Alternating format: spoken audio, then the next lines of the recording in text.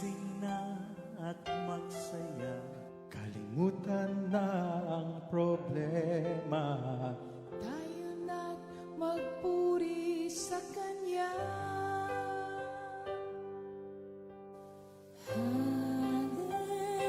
Hallelujah, Hallelujah. Hallelujah, Hallelujah, Hallelujah.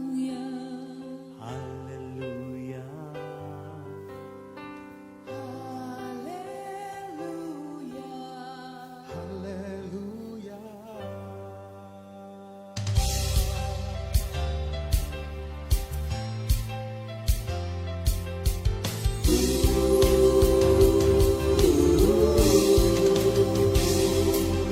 Buksan ang iyong mga mata, gumising na at magsaya. Kalimutan na ang problema, tayo na't magpuri kay Jesus. Buksan ang iyong mga mata, gumising na at magsaya. Kalimutan na ang problema, tayo na't magpuri sa Kanya. Hallelujah, Hallelujah, Hallelujah, Hallelujah, Hallelujah, Hallelujah, Hallelujah, Hallelujah. Buksan ang iyong mga mata, gumising na at magsaya. Kalimutan na ang problema, tayo na't magpuri kay Jesus. Buksan ang iyong mga mata, gumising na at magsaya. Kalimutan na ang problema, tayo na't magpuri sa Kanya. Hallelujah, Hallelujah, Hallelujah, Hallelujah, Hallelujah,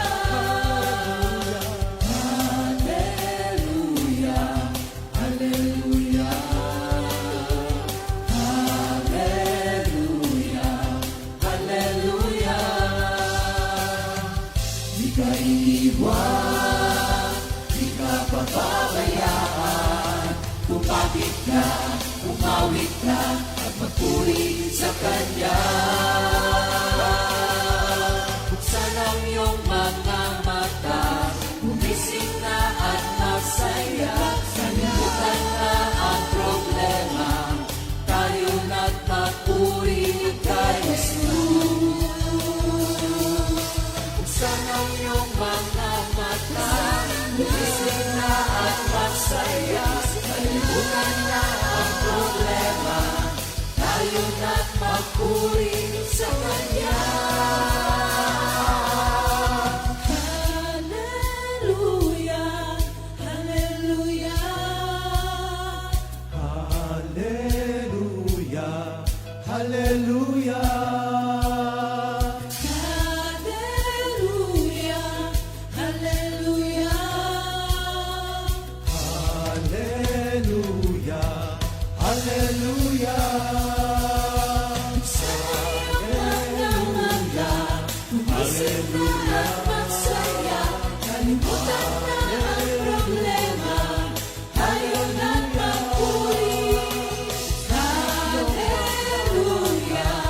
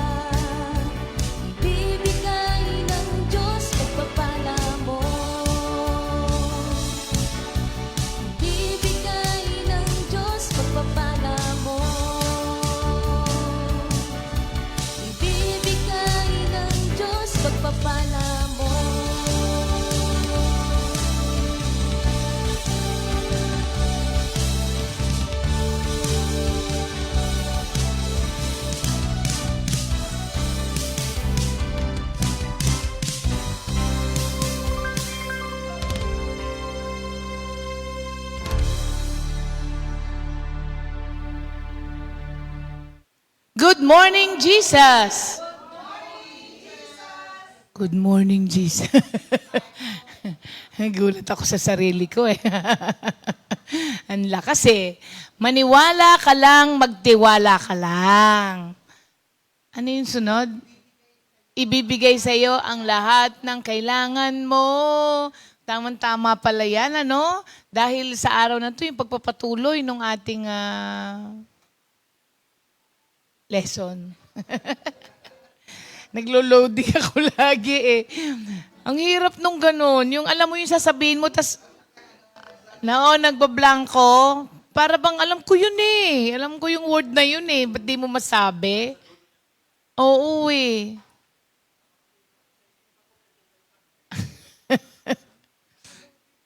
Oo, yan. Okay. Thank you, Lord. Manalangin muna po tayo. Thank you, Lord. Hallelujah.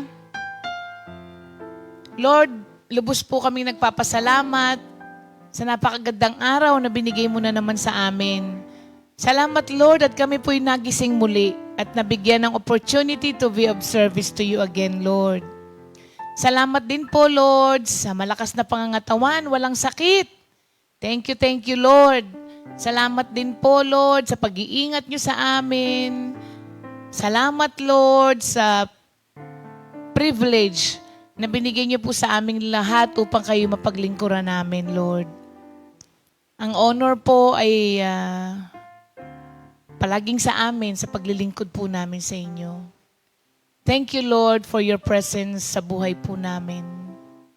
Maraming salamat din po, Lord, sa araw-araw na pakikipag-usap niyo sa amin, na nagbibigay po sa amin ng kalakasan, kagalakan, kapayapaan. Maraming salamat po, Lord.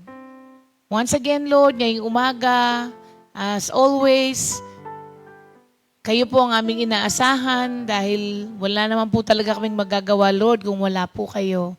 Kaya kayo po ang aming inihintay na mangungusap sa bawat isa po, pati na sa mga kapatiran namin na nasa kanilang mga tahanan, trabaho, at sa ibang dako po ng mundo, Lord.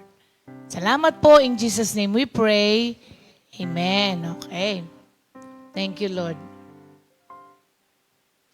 Ang ating pong memory verse of the week, Matthew 7:7. Ask and it will be given to you.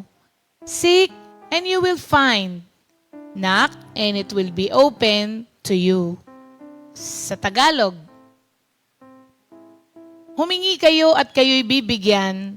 Humanap kayo at kayo'y makakatagpo. Kumatok kayo at kayo'y pagbubuksan. Yan ang ating memory verse of the week. At may kinalaman pa rin po yan sa ating topic. Oo. Ngayon na ang last week ito na yung last week nung ating series sa prayer. Simula po nung topic po tayong tungkol sa prayer. Meron po bang nagbago sa panalangin po ninyo? Meron po bang mga nabuksan na dating mga sarado, nakaisipan dahil po sa ating pinag-uusapan na prayer? Kasi alam nyo, isa po ito sa mga pinaka-importante para po tayo ay magkaroon ng spiritual growth, yet it is the most neglected na bagay para po sa paglago. At ngayong araw, pag-uusapan natin, bakit nga ba, why do some Christian chooses not to pray? Diba? Ba't nga kaya? No? Ano-ano ba yung mga dahilan? Bakit minsan Kristiyano na pero pinipili pa rin na hindi mag-pray? Kung isa pala ito sa mga pinaka-importante para tayo ay lumago sa ating relasyon sa Diyos, bakit natin po ito o bakit nineneglect ito ng karamihan? Ha? Pwede? Tinatamad? Oo. Alam nyo, unang-una siguro, yung fear of disappointment. Oo. Baka mamaya mag-pray ako tapos di naman ibigay. Di ba? Lagi yun nating kasi nga, napofocus talaga tayo sa what is not of prayer, di ba? Parang hindi yun. So, una nga, yung fear of disappointment. Kasi, naranasan nyo po ba na meron po kayong hiningi sa Diyos, tapos, ang feeling nyo, hindi naman sinagot, matagal bago sagutin, o kaya, sinagot ng hindi naman yun ang gusto kong sagot. Oo. Hindi naman po kayo nag-iisa doon, mga kapatid. Oo. Kasi alam nyo, hindi naman po pinangako ng Biblia na sasagutin ng lahat ng panalangin natin the way na gusto natin. Oo. Hindi po ganun ang pangako ng salita ng Diyos. Sasagutin ang panalangin natin sa pamamaraan na gustong sagutin ng Diyos. Pagka tinignan po natin kasi, tayo yung nanghihingi eh. Pag nanghihingi ka, di ba parang, hindi ka pwedeng mag-demand, nanghihingi ka na nga lang eh. Di ba, sinasabi natin, choosy ka pa ha, nanghihingi ka na nga lang, choosy ka pa. O kaya minsan, nanghihingi ka na nga lang, demanding ka pa. Di ba, mga kapatid? Pero hindi ko pa pala binasa ang ating word for today. Nag-umpisa na ako. Ito, kaya po nating sabihin ito kahit na walang tinginan. John 15:7. Oo, may kanta tayo doon. Sikantayin na lang natin yung word natin. Sa chorus na.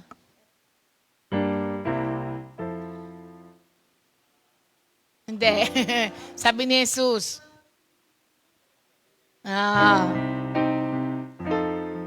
Taos naman yan, no?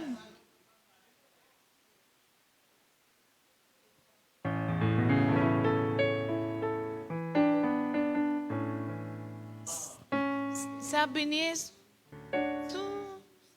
kung ikaw ay mananatili sa akin, at ang aking salita'y mananatili sa'yo. Hindi, mali ka.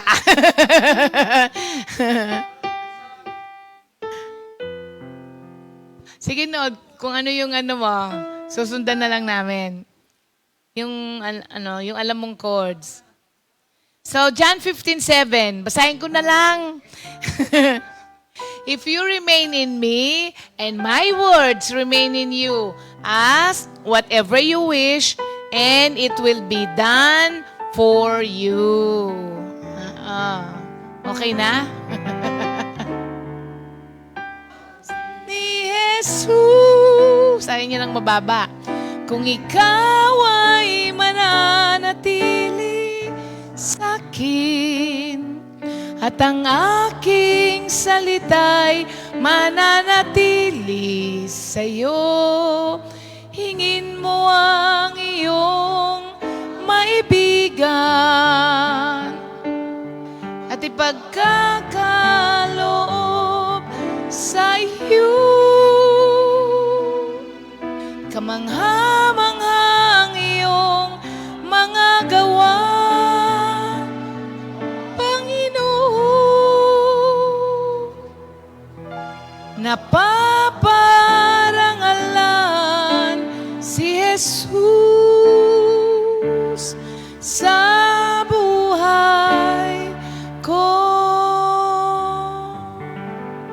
Yan, pinapastretch ni Arnold ang ating vocal cords. Umagang-umaga, oo. So, yun nga, kung tayo daw po'y mananatili, at ang salita niya ay mananatili sa atin, hingin mo ang iyong maibigan at ipagkakaloob.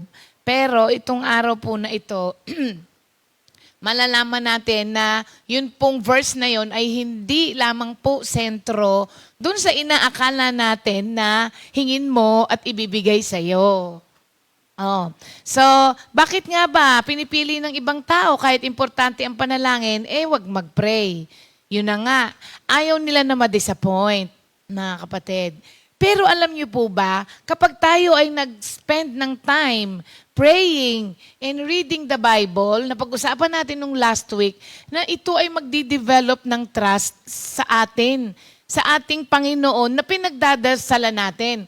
At alam niyo po ba, yung trust na yon ang mag-guard sa mga puso po natin dun sa mga moments na feeling mo ikaw ay hindi sinagot ng Diyos, di ba? Minsan nagagalit ka na sa Diyos, pero kapag ka hindi nasagot yung panalangin mo at minsan parang patampo ka na kay Lord, yung babalik yung pagtitiwala mo eh. Kasi nasubukan mo na. Kaya sasabihin mo, di naman binigay ni Lord. Gaganong ka. Lahat tayo gumaganon, mga kapatid. Huwag niyo sabihin hindi. Tapos bigla kang kakambyo. Sasabihin mo, di bale, baka mamaya hindi nga makakabuti sa akin. Bakit mo binibigyan ng dahilan yung hindi sa tingin mong sinagot ng Diyos ang panalangin mo? Ikaw rin naman ang magsasabi, di ba? Palagi ko hindi kalooban ni Lord yun. Ba't ka nagsasabi doon? Kasi napatunayan mo na in the past, because of your relationship with the Lord, na-develop yung pagtitiwala mo na hindi naman yan ipagkakait sa'yo ng Diyos para lang pahirapan ka, para lang galitin ka, may dahilan. Saan yun nadidevelop? Sa prayer. Kasi ang isang taong kausap mo palagi, na-memorize mo kung ano yung ugali. Oo, na-memorize mo kung paano siya kumilos. Tapos nalalaman mo rin kung ano yung ayaw niya. So lahat nung alam mo, doon sa taong may karelasyon ka, lagi mo siyang hahanapan ng dahilan para doon sa ipinagtatampo mo or ikinagagalit mo nung oras na yon. Di ba, sa ano lang, wag lang kay Lord. Sa mga mahal na lang sa buhay.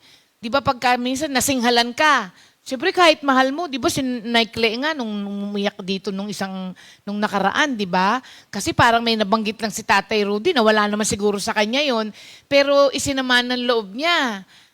So, kahit na isama mo ng loob, dahil sa mahal mo, ang gagawin mo, babalik ka dun sa mga nalalaman mo tungkol sa kanya. Sabihin mo, hindi naman siya ganyan, hindi naman ganyan lagi. Baka may pinagdadaanan. So, nabibigyan mo ngayon ng reason kung bakit nangyari yung bagay na yon according to what you know about that person. Kasi nga kilala mo siya eh. Oo. Tapos sasabihin niya, hindi, makulit siyang isang yan. Ha? Hindi naman siya ganun sa akin. Baka sa'yo lang. O, di ba? Minsan sasabihin, kaya hindi ako nagpe-pray kasi hindi ako sinasagot. Di ba? Pag ikaw, laging sasagot panalangin mo, tsaka kilala mo si Lord, baka ikaw lang, search your heart. Sinasabi natin. Kasi kilala mo eh. Hindi ganyan si Lord. So, yon, fear of disappointment. Ngayon, dinadi-develop ngayon yung trust mo na yon. Tapos, hindi mawala dahil may tiwala ka sa Diyos, hindi mawala sa kaisipan mo at sa kalooban mo na hindi man sinagot ng Diyos ang panalangin mo the way you wanted it to be answered, hindi pa rin mawawala yung paniniwala mo na napakinggan pa rin niya ikaw. Pinakinggan ka niya. Hindi man sinagot yun ng kaya ng pamamaraan na gusto mo, narinig pa rin ng Diyos ang panalangin mo. Yun ang maganda po mga kapatid. No? So una, fear of disappointment. Pangalawa, nag-struggle tayo kung paano ba talaga ang mag-pray ng tama. Hindi ba? Baka mali. Baka hindi tama yung pamamaraan ng pananalangin ko. Pagka po hindi ka natin alam ang isang bagay, you will end up not doing that thing at all. Kasi nga parang unsure ka eh. Hindi ka sigurado. Kaya nagkaka-struggle. Sabihin, nag-struggle ako sa panalangin eh. Wag din po kayong mag-alala mga kapatid. Alam niyo po ba, ang 12 disciples, 3 years, nakasakasama ng Diyos araw-araw. Pero, ang sabi sa kanya, turuan mo nga po kami, Lord, kung paano manalangin. After 3 years, na everyday mong kasama, nagtanong pa rin sila sa Diyos. Paano ba talaga ang pananalangin? At napakasimple lang po ng ibinigay na panalangin ng Diyos sa Matthew 6, 9 to 13, na kung kayo po'y nag-i-struggle, hindi nyo po alam kung paano manalangin, balik po tayo doon sa Lord's Prayer. Oh, our Father, who art in heaven. Di ba? Alam natin, memorize natin yan. Pero yun nga lang, sometimes kapag hindi mo ninanamnam ang bawat salita ng Lord's Prayer, mauuwi siya sa mechanical prayer. Oo, memorize lamang, di ba? Pero binigyan ka pa rin. So, huwag tayong mag-struggle sa panalangin. Sabi nga natin, di ba, nung nakaraan pa, paulit-ulit tayo. Ang panalangin is communicating with God. Sinasabi mo doon kung ano yung mga pasasalamat mo sa Kanya. Nandun din po yung para sa mga hirap na paano mag-start sa panalangin, napakadali. Tandaan nyo lang yung acts. Di ba? Adoration. Magsimula ka sa pagpuri mo sa Kanya. Ano ba ang Diyos sa'yo? Di ba? Is He a loving Father? Di sabihin mo sa Kanya. Di ba? So, A. C. O baka mamaya, hingi ka ng hingi. O kaya panalangin ka ng panalangin. May sama ka pala ng loob. Ang sabi sa salita ng Diyos, bago ka manalangin, iwanan mo muna. Kung may offering ka kay Lord, iwanan mo muna doon. Makipagkasundo ka muna. So makipagkasundo ka muna din kay Lord. Baka mamaya may mga kasalanan kang nagawa. Hindi mo pa nahihingi ng tawad. O, siyon. Sunod, T. Naku, punong-puno tayo niyan. Napakarami tayo niyan. Yung Thanksgiving.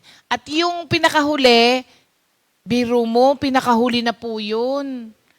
Oo, ang nangyayari, nagkakabaligtad tayo. Yung acts, ginagawa nating sak.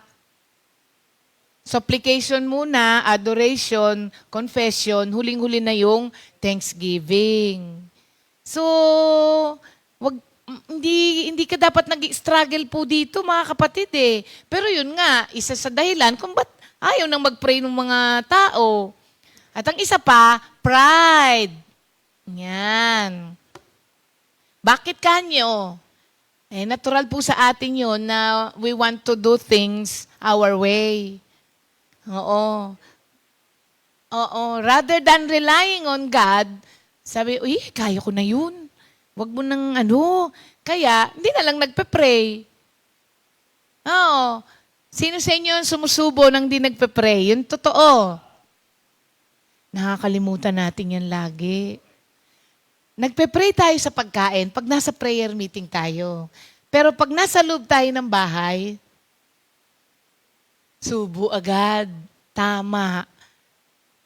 Ano tayo parang guilty din ako dito. Nagpe-pray tayo kapag nasa prayer meeting. Siyempre, nakasanayan na yun. Tas parang gusto natin ituro sa mga tao, let's pray for the food. Pero pagkakain kayo sa bahay, do you pray for your food? Sarap naman ito. Kain agad, hindi ba?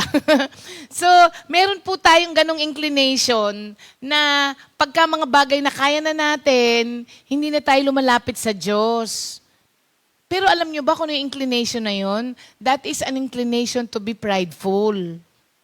Kasi nga, ayaw mong dumipende sa isang, kahit kanino, para gawin yung bagay na yun.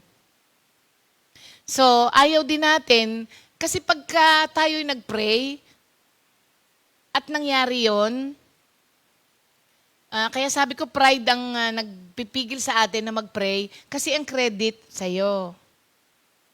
Pag nag-pray ka, nangyari yon, ang credit kay Lord. Kaya sabi nung iba, kung kaya ko naman yun di gagawin ko na lang para pag nangyari at naganap yun at nagawa mo yun, ang credit kay Lord, ang galing ko. Kaya hindi na lang magpe-pray yung mga tao. Di ba? So, yun po yung mga ilan lamang na mga bagay ito kung bakit ayaw natin. Tsaka alam nyo, ayaw natin nung yung magpe-pray ka, tapos maghihintay ka pa kay Lord para mangyari yung bagay na yun. Yun, isa yun na nakakapigil sa atin to pray. Si para bang when you pray, you have to wait for God to act, hindi ba? Ay naku, ang tagal-tagal pa niyan. Ako na lang ang gagawa. Yun. Siguro din, impatience, no? Ang isang dahilan kung bakit ayaw mag-pray ng mga tao. So, ano naman ngayon ang nangyayari when we pray? Ito, para matuwa tayo at manalangin tayo bago tayo pumunta doon sa mga panalangin ng mga kapatiran natin. What happens when we pray? Alam nyo, napakaganda po kasi na i-invite mo ang Diyos to come in all your circumstances. Lahat napakagandang makasanayan mo na i-invite mo siya to come into your circumstances. Kasi alam nyo, sa pamamaraan na ganun lagi ang ginagawa mo, ang natatransform ikaw. So prayer transforms us. Kaya kailangan din natin siya. Binabago tayo ng panalangin. Akala lang po natin hindi, mga kapatid. Binabago tayo ng panalangin. So what happens when we pray? Nare-recognize natin that we are not God. When you pray, you recognize that you are not God. Kasi kapag nananalangin ka, it is like saying, Lord, hindi ko naman to kaya kailangan kita. Hindi ko to kayang gawin. Pagka po tayo ay nananalangin, we are acknowledging that we need something else or someone else para gawin yon kasi hindi natin kaya. So when we pray, nare-recognize natin, ay hindi nga pala akong Diyos. Kasi minsan, alam mo kadalasan, nakakalimutan natin. Mas madalas na gawin na, kaya ko yan, ako ang gagawa niyan para sa'yo. Yun, nakakalimutan natin na hindi tayo ang Diyos. Di ba? Sa na lang, sa pamilya na lang. Di ba? Sa pamilya natin. Sa family ko, kailangan ko ng ganito. Minsan, binibigyan ko na lang ng basta-basta. Hindi ko man nasasabing, nag-pray ka ba kay Lord? Pray ka muna. Kay Lord ka humingi. Kasi, meron naman ako. Abutan ko na. Kaya lang, nangyayari nun, nawawala nga ang glory kay Lord na pupunta sa'yo. Tapos, hindi mo pa sila natuturuan na mag-rely doon sa kayang gawin ng lahat para sa'yo. Yun nga ang nangyayari, no? Kaya minsan yung mga kamag-anak natin, kapamilya natin, tayo rin naman ang nabe-burden. Pero, tignan ninyo nabe-burden tayo, pero bakit lagi natin ginagawa? Bakit? It feels good? Bakit siya it feels good? Glory to you Glory to you. Kasi ikaw ang nagiging sikat sa kanila. Kaya, ang nangyayari, hindi natin sila natuturuan na manalangin. So, when you pray, nare-recognize mo, teka, hindi ako ang Diyos. Ako, merong akong pinanggagalingan. Gusto mo dumiretso din dun sa pinanggagalingan ko? Hindi ka naman nagdadamot. Kung hindi tinuturuan mo silang lumapit doon sa pinaka-source ng lahat ng pagpapala. That way, natututo rin sila at nakakasanayan din nila na dumipende doon sa pinagdedependihan mo. Diba? Double yun blessing sa'yo. Hindi ka na ma-burden, tapos naturuan mo pa sila na manalangin. O yung lesson natin kahapon, Hebrews 4:16. Sabihin natin sa kanila, you can come with confidence and boldness to the throne of grace. Kaya alam nyo kung bakit to the throne of grace? Kasi hindi ka pwedeng maging bold at saka maging ganon with confidence when you approach God kung walang grace. Patay ka agad. Pero because of the grace of God, pwede, sabi niya, biro mo, inalaw kang mag-approach sa presence of God with boldness and confidence dahil sa grasya lamang ng Diyos yan. Pangalawa, pag nananalangin po tayo, you gain strength from God mismo. Oo. Bakit kamo? Because prayer is inviting God to join you in your struggles. Sa panalangin, iniimbita mo ang Diyos, Lord, samahan mo naman ako dito sa pinagdadaanan ko. Di ba, Tita Ides? Oo. Pagka narinig yung mag-share si Sister Aida, maaano kayo sa kanya. Ma-encourage kayo sa kanya. Tapos, mahihiya kayo na may ingrown ka lang, katakot-takot na reklamo na tatanggap ng Diyos sa'yo. Kami nga pagka umaga sa prayer sa mga babae, alam mo dati, pag nagsasalita si Tita Ides, di ko masyadong pinapansin kasi di ba parang siya, yung, oo, non-stop, di ba? Pero ngayon, every time na mag-share siya, nakikinig ako sa kanya. Kasi, kinikimo siya, pero siya pa yung nagbibigay ng encouragement sa amin. So, kapag ka nananalangin ka sa Diyos, you gain strength from God Himself. Hindi sa mga tao sa paligid mo, but from God Himself. Kasi siya lang ang kausap mo. Tapos siya lang ang sinasabihan mo na, Lord, hindi ko to kaya pagka wala ka. Samahan mo naman ako dito sa struggle na to. Tapos, through prayer also, ini-invite mo ang Holy Spirit na gawin sa'yo to do what He has placed to do in your life. Parang nagkakaroon ka ngayon ng strength na gawin mo kung ano yung nilay down ng Diyos sa puso mo kapag ka nagpe-pray kayo. Di ba? Malakas ang loob mo na gawin ang isang bagay after praying. Bakit? Kasi nag-usap na kayo ni Lord eh. Binigyan ka na yan ng go signal. May word ka na. Kaya ngayon pag lumabas ka ng bahay, kahit sabihin ng iba, imposible yung gusto mo. Ay hindi, mangyayari yan. Manood ka, makikita mo, mangyayari yan. Ba't ka ganun na kalakas ang loob mo? Kasi nakipag-usap ka na kay Lord. Binigyan ka niya na ng assurance. Kaya kahit ano pang discouragement na ibigay sa'yo ng tao sa paligid mo, tutuloy ka. Kasi nag-usap na kayo ni Lord. Mahirap kasing gawin ng isang bagay nang hindi ka sigurado kasi hindi namin pinag-usapan yan. Walang sinabi yung kausap ko na ganyan. Pero pag sinabi nung kausap mo, inassure ka niya, hindi, sige, gawin mo yan, akong bahala sa'yo. Gagawin mo yun kahit anong sabihin ng ibang tao. Kasi may usapan na kayo. Saan nagaganap ang usapan na yon? Sa usapan yun ni Lord, sa prayer talaga. So you gain strength from God Himself, not from anyone else, mga kapatid. Kaya yun ang nagagawa kapag ka nananalangin ka. Isa pa, through prayer, nare-realize mo na ang mundo ay nagsisimula at nag-e-end sa'yo. Anong ibig sabihin nito? Nawawala ang selfishness natin. Minsan kasi, ang akala natin umiikot lang ng mundo sa'yo. Ang bata, ganon. Ang bata, isa lang ang alam niyang pamamaraan para makuha niya gusto niya. Ano yon? Iyak at tantrums. Yun lang. Bata yun. Sa bata. Oo. Habang ikaw ay tumatanda, supposed to be, hindi ka na ganon.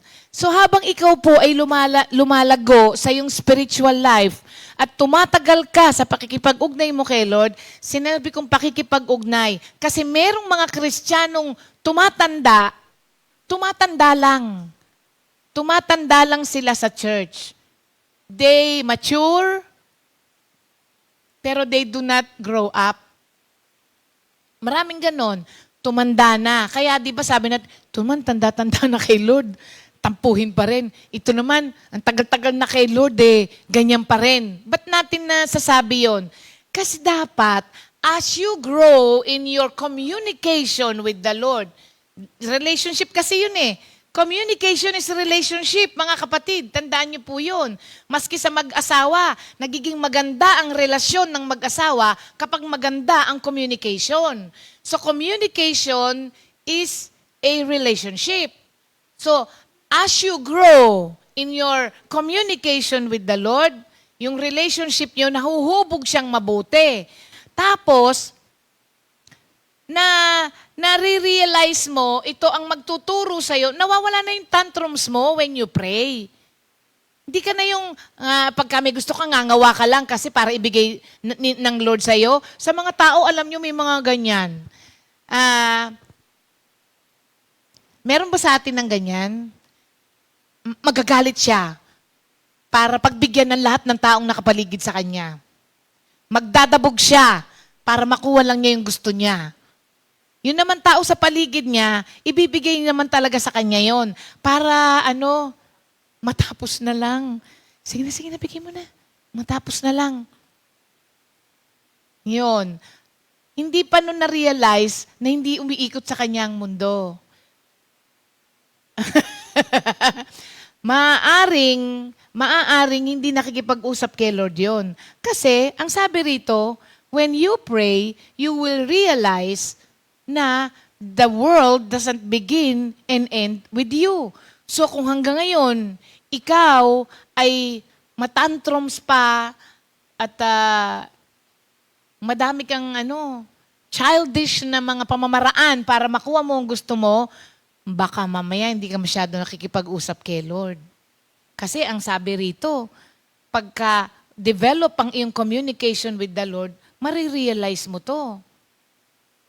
Alam nyo, mga kapatid, isang pamamaraan para, kaya sinabi rito na ang prayer, marirealize mo that the world doesn't begin and end with you. Kasi, para ikaw, o para sa isang tao na dumipende sa isang Diyos na hindi niya nakikita, para sa mga pangangailangan niya, is very humbling. Kahit nga hindi sa Diyos Kung ikaw ay isang tao na umaasa sa isang tao para sa pangangailangan mo, medyo it's a humbling experience. Bakit ka mo? Parang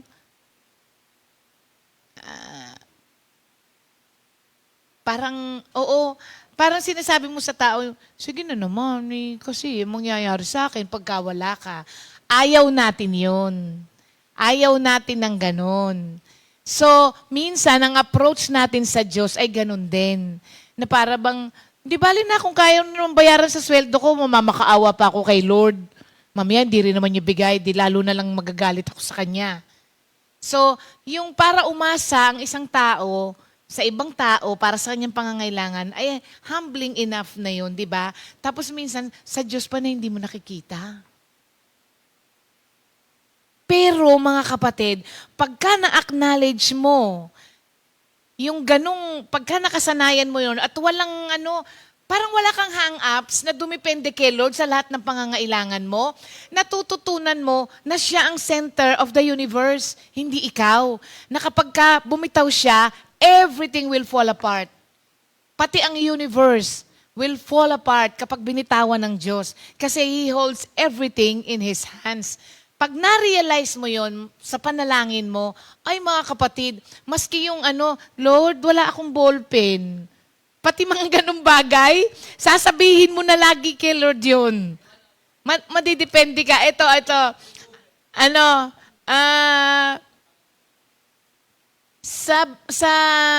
Merong nagbigay sa akin ng relo.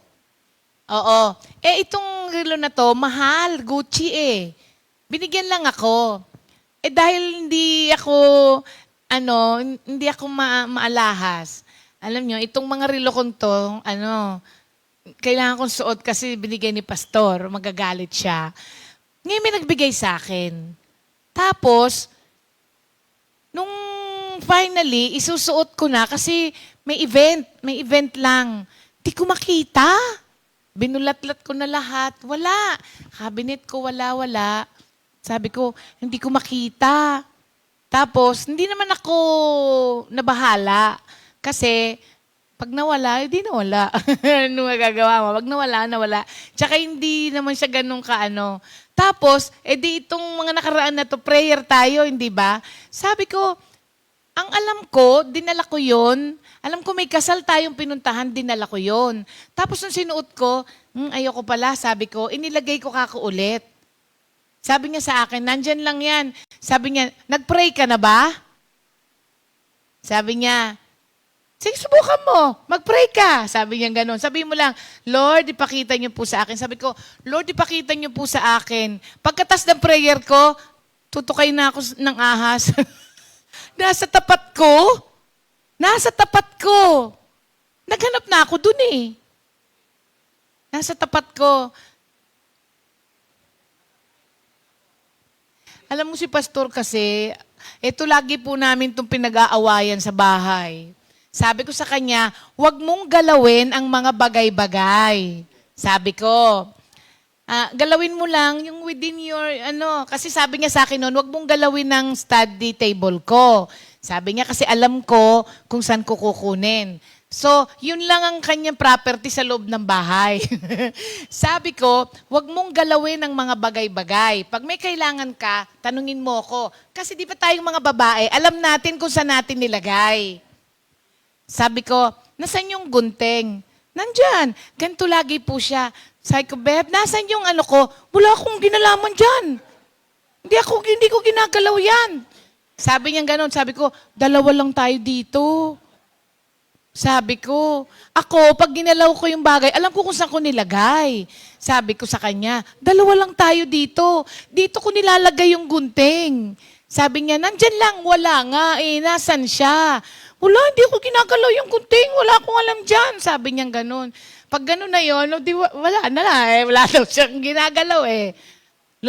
Ganun lagi siya. Di bale, bibili kita uli. Pag nagagalit na siya, ano ba yan? Gunting? Bibili kita ng gunting. Hindi yun ang sabi ko. Ang usapan, wag mong galawin para alam natin. Di, eto na ngayon. Ewan ko, siguro nag-pray siya kasi wala kaming magamit eh. Sabi ko, sige, ngat-ngatin mo to para matanggal. Yung winala mo yung gunting. Tapos, alam niyo kung saan niya nakita? Sa loob ng kahon ng sapatos niya. Oo. Nung isang araw na nag-pray ka ba, Beb? Sabi, Lord, pakita niyo na yung gunting. Nag-morning devotion na. Magbibihis siya. Pagbukas nung kahon nung isa sapatos niya, nandun. Sa loob ng kahon ng sapatos. Ba't ba tayo napunta doon? Oo. Oo. Kasi, kaya mo natututunan na hindi ikaw ang sentro ng universe kasi every time na may kailangan ka, idinudulog mo sa Kanya. Pagka ganun na ang naging ugali mo, inaccept mo na sa sarili mo na hindi ikaw ang sentro ng universe kundi ang Diyos na. Oo. Oo. Sa mga nakarinig, oo, tama. Now, bakit mo nare-realize yun that you are not the center of the universe? Kasi, when we pray, mga kapatid, we surrender control to somebody else. Sinusurrender mo na ang, kumbaga parang alam niyo ba yung kantang, Jesus Take the Wheel ba? Tama ba, Jam? Jesus take the wheel. Ibig sabihin, yung manibela ng buhay mo, sinusurrender mo na kay Lord. Hindi na ikaw. Kasi prayer allows you to admit to God, He belongs in the driver's seat of your life. Siya dapat ang nagdadrive. Pasahero ka lang. Kaya lang, may mga pasaherong maingay. Anong tawag sa kanila? Backseat driver. Nagpe-pray naman tayo. Pinababayaan naman natin ng Diyos ang driver. Kaya lang, backseat driver tayo. Sasabihin natin, anak, nagmamaneho si Lord. Lord, mas mabilis dito sa kanan. Ikanan mo. Si Sister Judith nga, pati Grab driver, tinuturuan niya. Sister Judith, nakakalimutan niya na hindi si Minister Andy yung nagda-drive ng sa Grab. Pati daw sa Grab Ay, ba't ka dyan dadaan? Dito ka dumaan. Ganyan tayo minsan pag nagpe-pray tayo. Binibigay naman natin, ina-acknowledge natin na si Lord ang driver. Pero maingay tayo sa back. Alam nyo, si Pastor, sabi ko, ito lagi kong sinasama ng loob sa kanya. Sabi ko, bakit pag si Otan ang nagdadrive, ang tahimik mo? Sabi ko sa kanya, samantalang minsan, mali-mali si Otan. Halimbawa, sabi ko, Tan, kakaliwa tayo. Opo, ta. Ba't nasa kanan ka? Sabi niya, pagdating dun, sisingit na lang. Tapos, nung si Mr. Jerry, nagda-drive naman din sa amin, sabi ko, Jay, kakaliwa tayo. Sabi niya, oo nga, ba't ka nasa kanan? Pagdating doon, madali na yon. Sabi ko, para kang si Otan. Sabi niya, ako kasi nagturong mag-drive dun eh. Sabi ko, kaya pala. Kaya pala. Sabing ganon. So, sabi ko, bakit pa ako nagda-drive? Dami mong comment. Sabi ko, yun yung sinamakan ng love. Sabi ko, minsan maghapon akong nagda-drive. Wala man lang akong narinig sa yung ang galing mong mag-drive. Ang galing naman mag-drive ng asawa ko. Puro na lang. Sagot niya sa akin isang araw, ano naman ang pakialam ko sa kanila kung mali-mali drive nila? Hindi ko naman sila asawa. Sabi niya, ikaw, asawa kita, kaya concern ako sa'yo. Lusot ba? Lusot. So, alam nyo, kung kayo ay driver, sa lahat ng driver nakaka-identify dito, kung ikaw ay nagda-drive at may backseat driver ka, nawika nyo na ba na gusto mong itabi to? Pag ganon, o ikaw mag-drive. Ako, alam nyo kung anong sinasabi ko? Baba!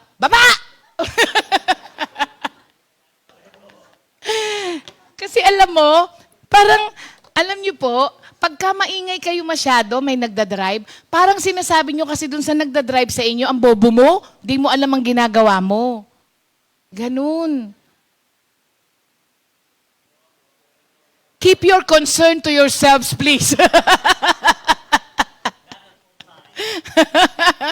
Oo. Alam nyo kung anong gagawin nyo? Mag-pray kayo kay Lord. Pag-pray nyo yung driver. Oo. Kasi nakaka-irita yung ganun. Kasi pinagdadrive mo na nga, di ba? Napapagod ka na nga sa pagdadrive. Wala ka pang natanggap kung hindi encouraging. Napapagod ka na sa driving, napapagod ka pa sa mga salita. Okay, imagine niyo ngayon na si Lord yung driver na naiinis na ang ingay-ingay mo sa likod. Alam niya kung saan siya pupunta kahit di siya gumamit ng Waze, pero tinuturuan mo. Mabuti na lang po, hindi itatabi ng Diyos. Tapos sasabihin niya sa'yo, baba! Baba! Baba sa baba. Oo. Kung pong layasan tayo ng Diyos, sige, manehohin mo yung yung buhay mo. Pumunta ka sa lugar na hindi mo nalalaman, na hindi mo pa narating. Ang hirap pumunta thank you kay Waze. Ang hirap pumunta sa lugar na hindi mo pa narating kahit minsan. First time mong pupunta, ang hirap nun. Ang Diyos, nakarating na doon. Bago pa tayo makarating, nakarating na siya doon. At na-scout niya na yung buong lugar. Alam na niya. Kaso minsan, ang lakas ng loob nating magturo sa Kanya. Akala mo, nakita na natin yung future So yon, na when you pray, you surrender controls to somebody else. Tapos, when you pray also, nako-communicate mo yung real feelings mo about your situation. Nasasabi mo sa Kanya, sa communication nyo kay Lord, alam nyo, natatandaan ko dati, si Kuya Ernie, ako nga dati nababastusan ako kay Kuya Ernie makipag-usap siya kay Lord Noon, pag naririnig ko siya, pero alam nyo, ganun siyang mag-pray. Sabing ganon. Pero di ba napag-aralan natin yung last week na remember that when you are talking to God, you are talking to someone na walang kagaya. Okay? Sabi ni Kuya Ernie noon, sharing niya, kasi di ba nasa bangko siya nagtatrabaho. Tapos sinabihan sa ni Lord na mag-full-time. Sabi niya kay Lord, sige, mag-full-time ako. Pero ikaw magbabayad sa bahay ko, ha? Wala akong pambayad ng bahay. Pagka yung mga anak ko mag-aaral.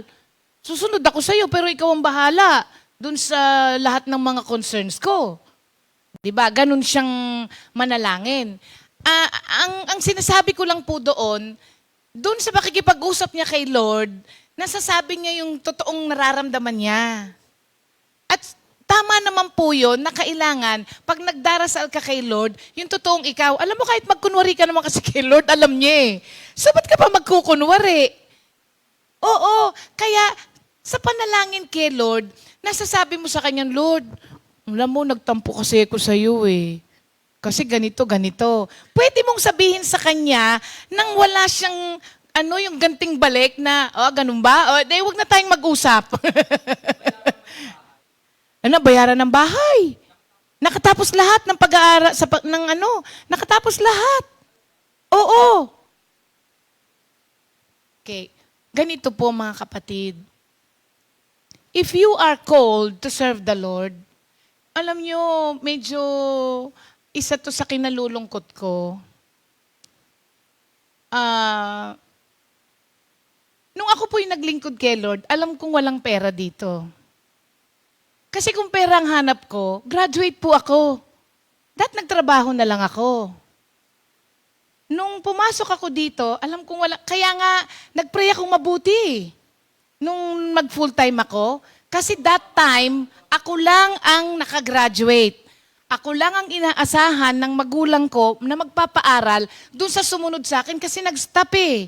Si Winnie nag-stop siya ng second year college. Nag-stop na siya kasi ako na lang ang kaya. So tumigil siya. Hoping na pagka-graduate ko, akong magpapaaral sa kanya. Pero hindi ganun ang nangyari. Pero ba't ako naglingkod pa? Kasi may calling ako. To this point, hindi po ako nawawala doon. Hindi ako nawawala doon. Thank you Lord na lang po. Merong mga pagpapala tayo na natatanggap. Pero, simula't simula, pumirma ako na ako'y maglilingkod kay Lord nang wala po akong inaasahan. Alam niyo po ba na nung ako'y pumirma, wala kaming love offering for how many months? How many months?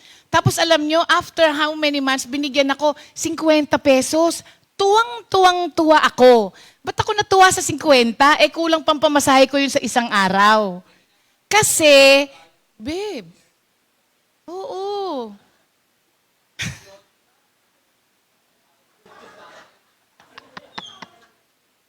Yan ang backseat driver ko.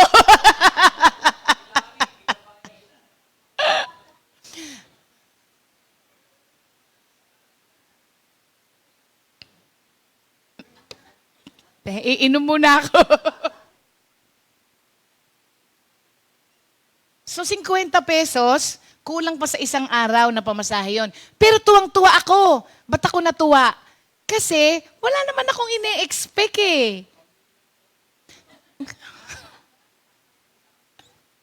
Sumobra ka sa kape, Beb. So, tuwang-tuwa ako sa 50 pesos, mga kapatid. Kasi, nung ako'y pumirma, ang alam ko, wala. Kaya, kahit 50 yon, natuwa ako. Sabi ko, yes, finally, meron pala. Meron pala. Hanggang sa, siyempre, tumataas ang mga bilihin, nadadagdagan din siya Pero wag mawala po sa atin na ours is a calling. Huwag mawala po sa atin yon. Na, biro mo, pumirma ka na wala kang tatanggapin pero nag-graduate lahat ng anak mo. Tignan niyo yung mga sapatos niyo. Anong tatak niyan? Nike original. Tama. DMs. Ano yung DMs? Doc Martens. Ang akin ay, ano ba to? Oo, tinitignan ko kung ano to. Colhan. Yung suot ko pala Colhan. Bigay. Binili mo yan? Mr. Ali, binili mo ba yan? Donated by. Isipin niyo po, kung ako ay empleyado sa mundo at sumusweldo ko, hindi ko ibibili ng Colhan yun.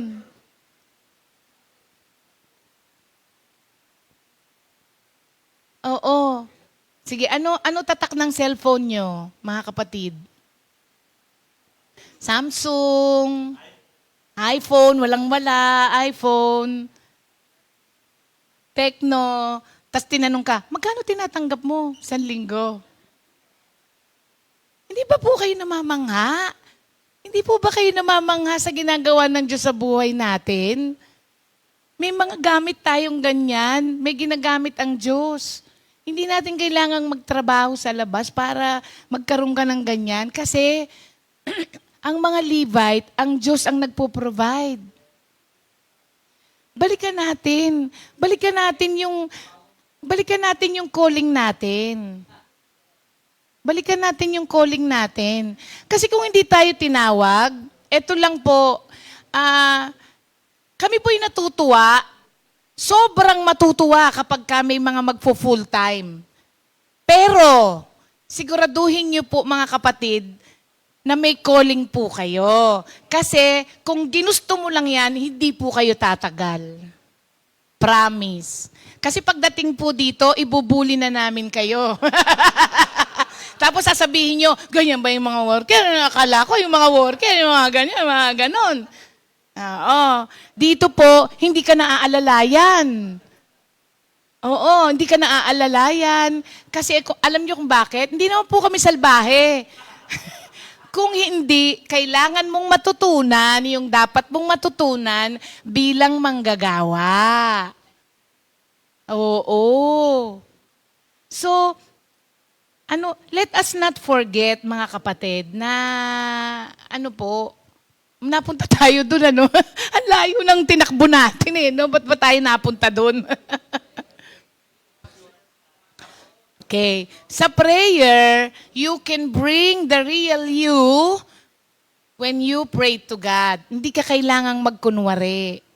Kung sobrang bigat ng dinadala mo sa dibdib mo, sa oras na yon at wala kang mapag-sharean, alam nyo ba the best ang Diyos na listener? Kasi pag sinabi mo yan sa katabi mo, kukwento ka pa nun. Oo. Okay, basahin natin. Sa Hebreo 4:13, walang makakapagtago sa Diyos. Ang lahat ay hayag. Lahat, ano yun? Yan, kantahin natin ng Hebrews 4:13. Yan, kaya when you pray, kaya when you pray, nako-communicate mo yung real you, bakit ka mo? Hindi ka kailangang magtago. Ang buhay kong ito, tataas lagi na Ay na patotoo. Sana kasing taas mo yung mga, bababa natin. Ang Buhay kong ito ay hayag na hayag sa'yo. Buhay na Buhay na patotoo. patotoo? Oo. Akala ko hayag na hayag sa'yo. Okay. Again. Taas mo naman ng konti, no? Okay. Buhay kong Ang Buhay kong ito ay buhay na patotoo. walang keyboard. Walang maililihim, ang lahat ay hayag na hayag sa'yo. Ang buhay kong ito ay buhay na patotoo. Walang maililihim, ang lahat ay hayag na hayag sa'yo. Panginoon, ang buhay ko nakalaan para sa'yo. Ako'y maglilingkod sa habang buhay ko. Panginoon, ang pangalan ko nakatala sa aklat mo.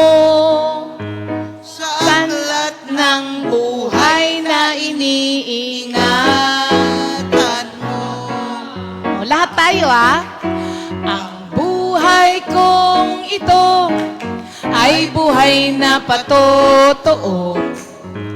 Walang maililihim, ang lahat ay hayag na hayag sa'yo. Ang buhay kong ito ay buhay na patotoo. Walang maililihim, ang lahat ay hayag na hayag sa'yo. Panginoon, ang buhay ko nakalaan para sa'yo. Ako'y maglilingkod sa habang buhay ko.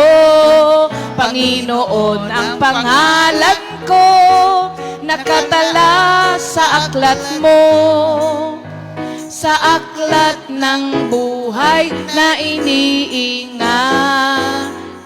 mo. Okay.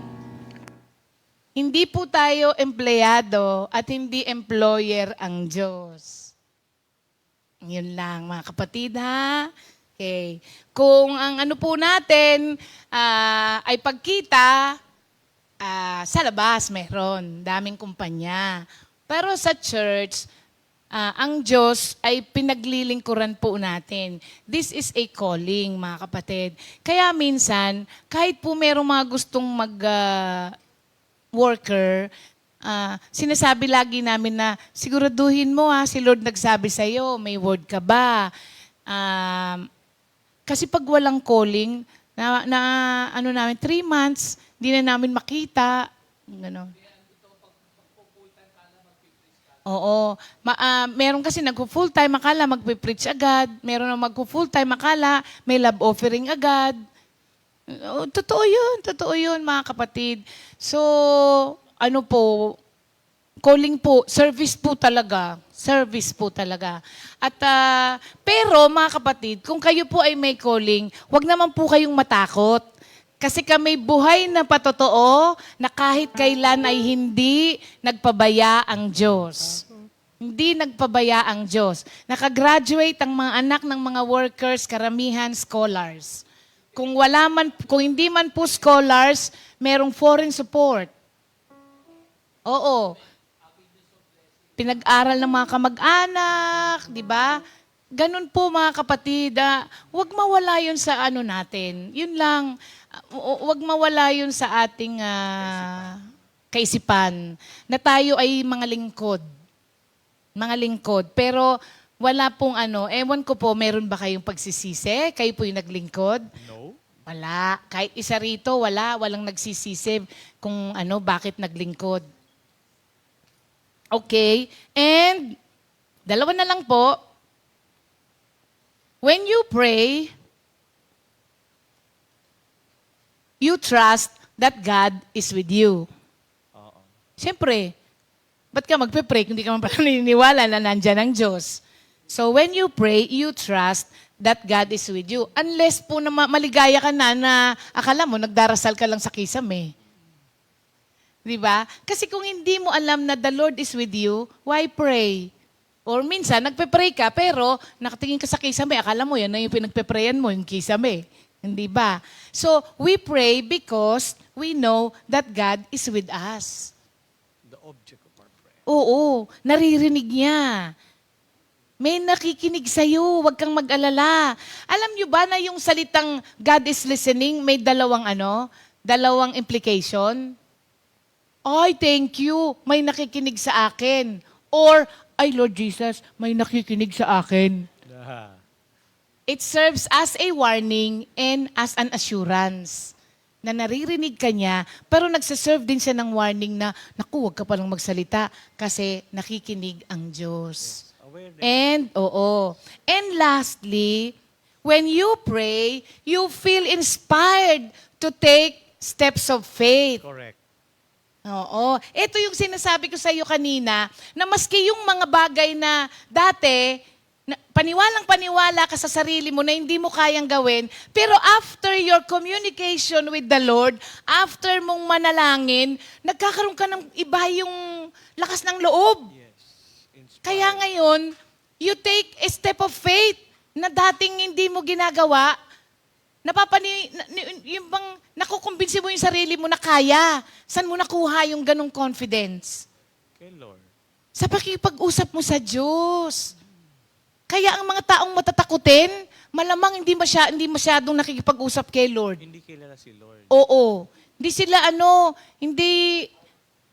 hindi sila nakakakuha ng strength eh. Hindi sila nakakakuha ng encouragement eh. Bakit? Hindi kasi nakikipag-usap sa Panginoon. So, sa lahat po ng mga nabanggit natin, ilang bagay lang po yan na mga nangyayari when we pray, siguro naman po may encourage na tayo na mag-pray po tayo, mga kapatid. Mga kapatid, sa kanilang mga tahanan, prayer works.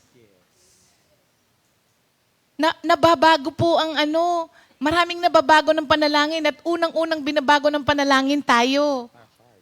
Tayo po ang unang-unang binabago ng panalangin.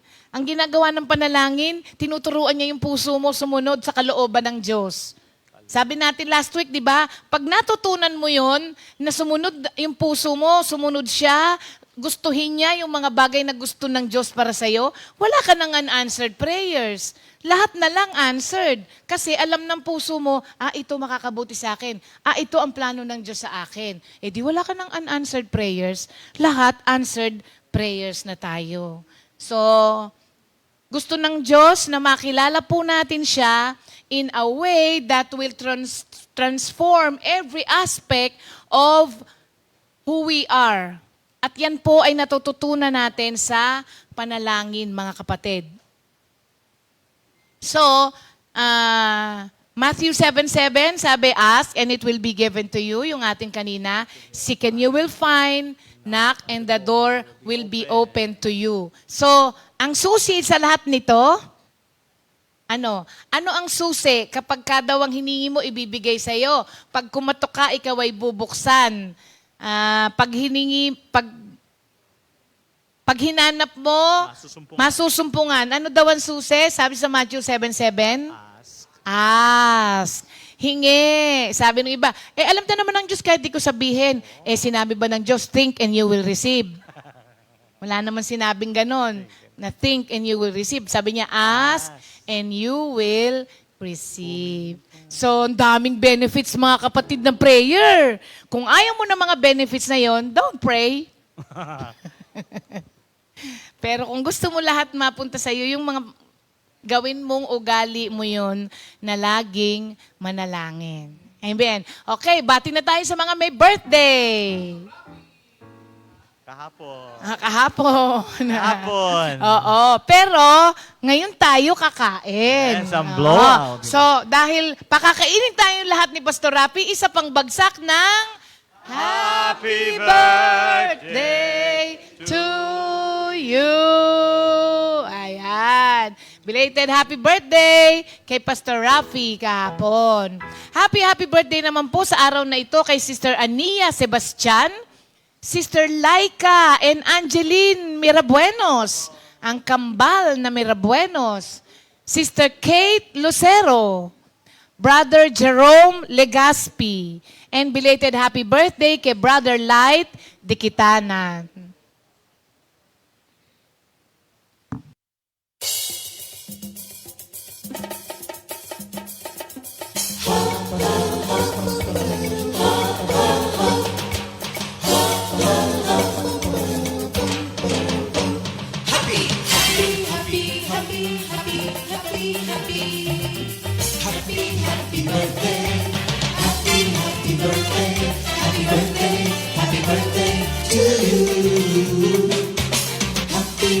Anniversary, happy anniversary, happy anniversary. Happy anniversary. May the good Lord doesn't leave you, may the Lord's light shine upon you. Happy anniversary to you. Happy birthday to you.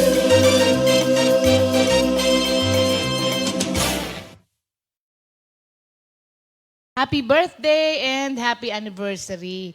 Sabi ni Sister, belated happy anniversary. Sabi ni Sister Minda Banyares, yes po, Sister Ria, from the start na lagi na nga po ako nagpe-pray, kahit may mga pagsubok, okay lang, walang nararamdamang worries.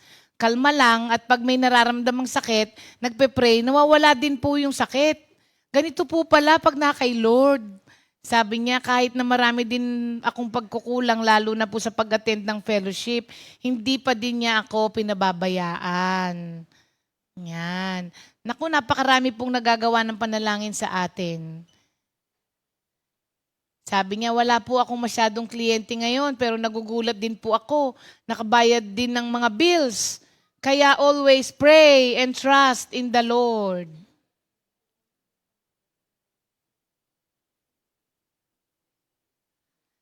Sabi naman ni Sister Nancy, aray, thank you Lord po sa mga reminders. Sister Ria, ginamit na naman kayo ni Lord para paalalahanan ako sa mga ganyang bagay tungkol sa panalangin.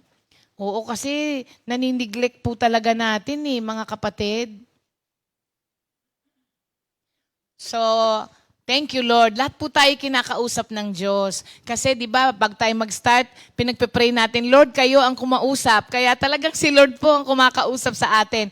Maraming mga nire-remind ang Diyos sa atin every time po na may nagsishare dito. Kaya po, kahit sino ang umuupo, pakinggan nating mabuti. Kasi baka mamaya, yung sagot dun sa panalangin mo, lalabas sa bibig nung nagsasalita dito, kaso hindi ka nakikinig. Kaya sabi mo, hindi naman sinagot. Sinagot ka. Hindi ka lang nakinig. Hindi narinig. Na-miss mo ngayon yung mark. So, tandaan ninyo mga kapatid, maraming pamamaraan kung papaano mangusap ang Diyos at sumagot sa panalangin natin. Through the scriptures, through other people, through circumstances. Marunong lang po tayong magbasa. Dapat lagi kang in the presence of God para ano man ang nangyayari sa paligid mo, alam mo na ang Diyos ang kumikilos. And we will end up for our repeat new song of the week. O di ba maaga ako natapos ngayon. Jesus, Ikaw Lamang, composed by Minister Ariel Borja, arranged by Brother Alan Cabral. This time interpreted by Sister Jamie Hapin. God bless you all!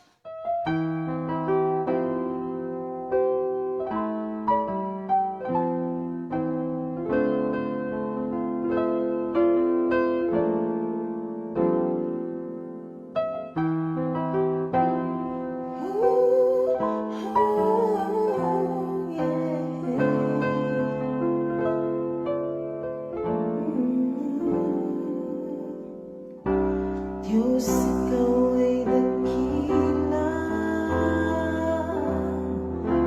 Diyos, ikaw ay tapat. Diyos, ikaw ay pag-ibig. Unang pagmamahal.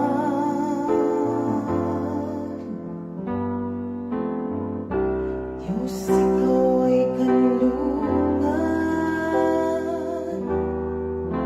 Ikaw ang aking kulihan.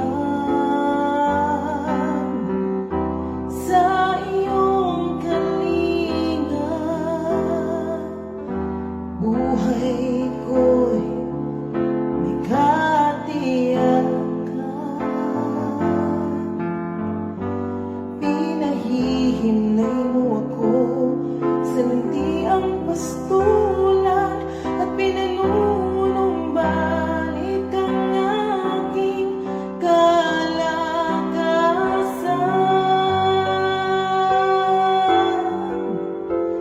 Oh, hallelujah, hallelujah.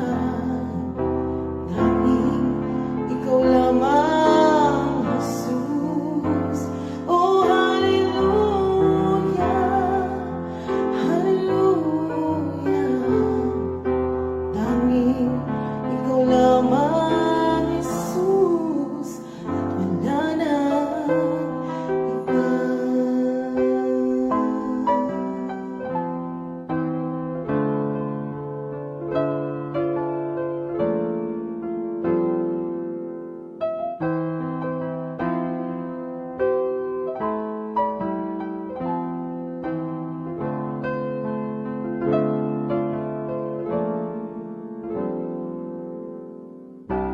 Diyos, ikaw ay dakila.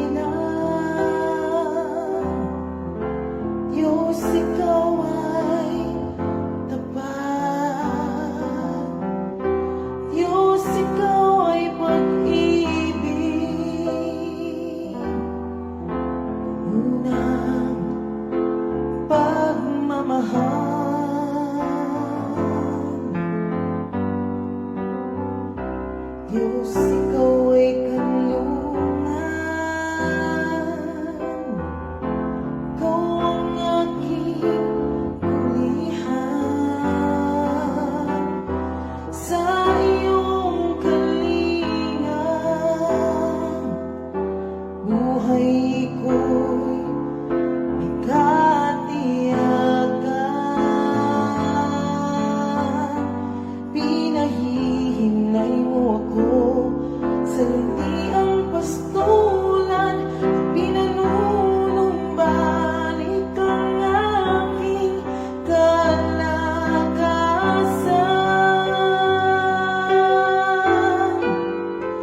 Oh, hallelujah, hallelujah. Tanging ikaw lamang, Jesus. Oh, hallelujah, hallelujah. Tanging ikaw lamang, Jesus. Oh, hallelujah, hallelujah. Tanging ikaw lamang, Jesus. Oh, hallelujah, hallelujah. Tanging ikaw lamang, Jesus. Wala nang iba. Tanging ikaw lamang, Jesus. Oh, hallelujah, hallelujah. Tanging ikaw lamang, Jesus, at wala nang iba.